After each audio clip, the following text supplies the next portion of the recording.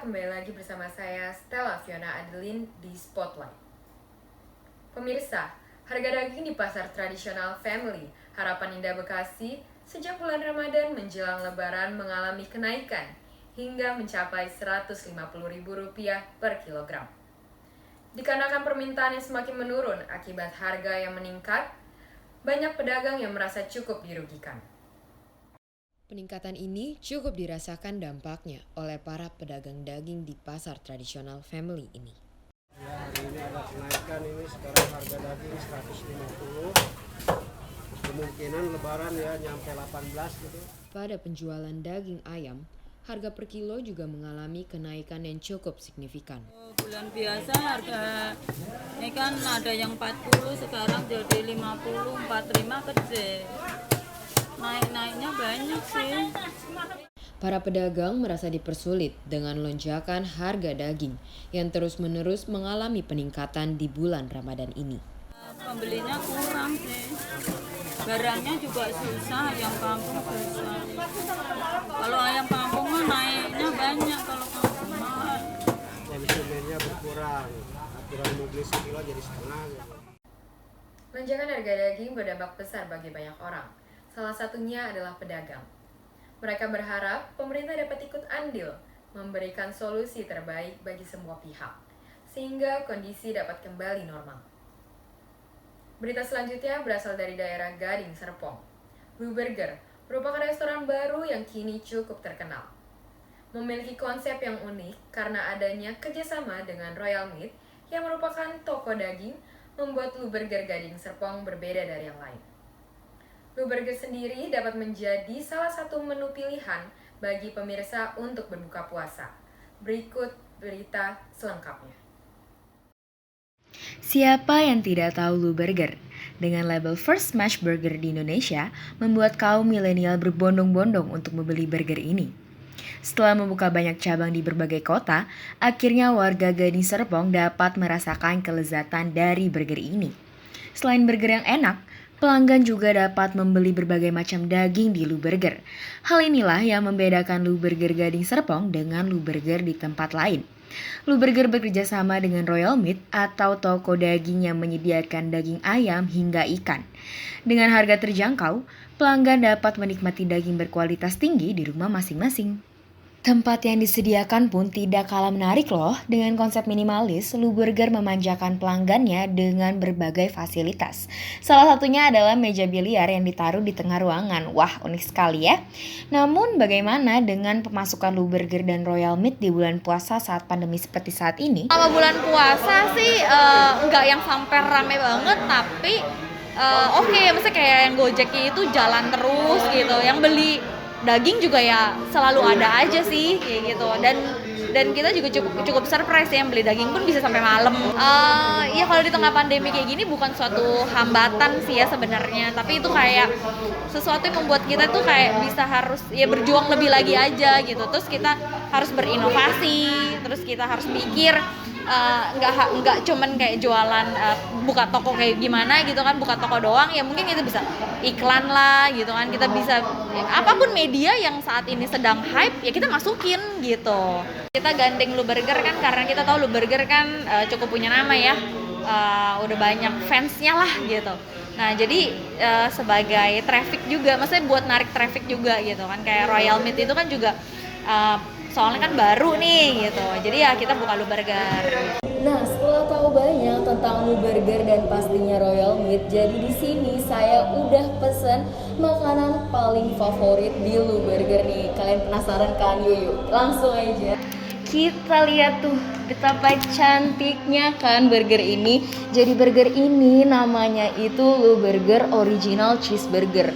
Dan harganya nggak terlalu mahal, ini cuman 40.000, kisaran 40.000. Bener-bener luber banget kayak namanya sih ya. Oke, kita coba.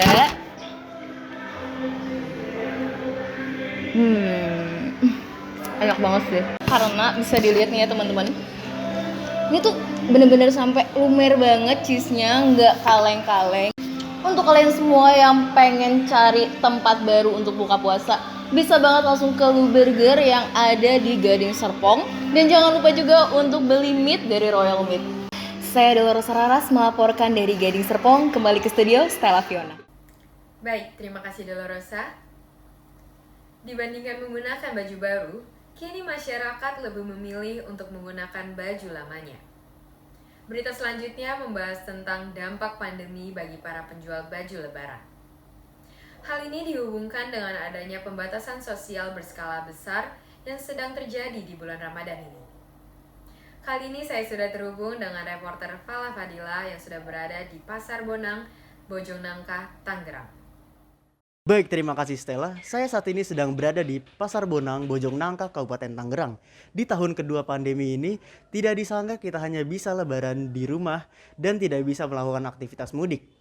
Tidak hanya berdampak pada orang yang ingin melakukan mudik, nampaknya pembatasan aktivitas ini berdampak kepada banyak orang, terutama pelaku UMKM dan pedagang baju lebaran.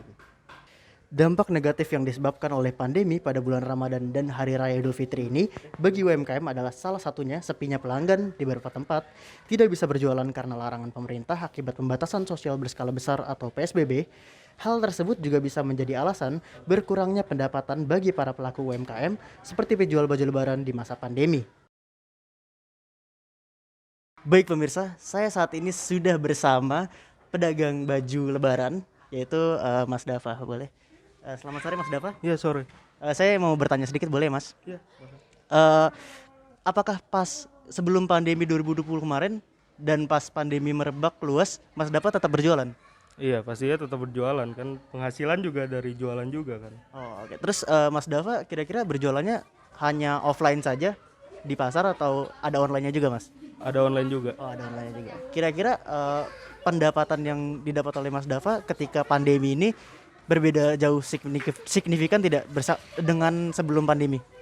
Ya cukup signifikan sih. Kalau Mas Dava misalnya jualan offline di pasar gini tetap mematuhi protokol kesehatan nggak, Mas? Ya pastinya tetap dong. Oh, baik. Terima kasih ya, Mas. Iya. Di tahun kedua Hari Raya Idul Fitri nampaknya tidak jauh berbeda dengan tahun pertama Idul Fitri dengan kondisi pandemi. Namun, beberapa pedagang sudah mulai aktif mempergunakan media sosial dan berjualan secara daring untuk menggantikan perdagangan secara luring. Namun, dikarenakan masih adanya larangan mudik, kemungkinan pembeli baju lebaran berkurang dan pendapatan yang didapatkan oleh para pelaku UMKM, terutama pedagang baju, masih tidak jauh berbeda dari tahun lalu, di mana mudik masih tetap dilarang. Baik pemirsa, walaupun di masa pandemi seperti ini, kita tetap bisa menikmati bulan Ramadan dan hari Lebaran secara sepenuhnya dengan cara mematuhi protokol kesehatan yang ada. Saya Falah dari Bojongnangka melaporkan. Baik, terima kasih Fala.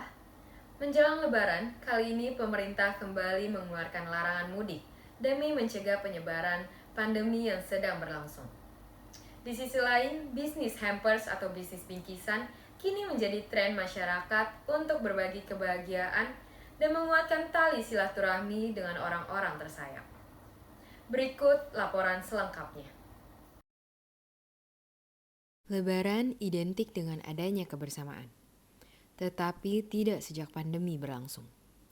Perayaan Hari Raya Idul Fitri kini perlu dilakukan di rumah masing-masing. Namun, pandemi tidak menghentikan masyarakat untuk terus bersilaturahmi jarak jauh dengan kerabat, teman, ataupun kolega. Menyambut Lebaran, kini hampers atau bingkisan menjadi tren di tengah pandemi. Kegemaran masyarakat untuk memberikan hampers disebabkan oleh idenya yang kreatif dan dapat menyesuaikan minat para konsumen. Namun, bagaimana perkembangan dan adaptasi terkini bisnis hampers pada bulan Ramadan di tengah pandemi?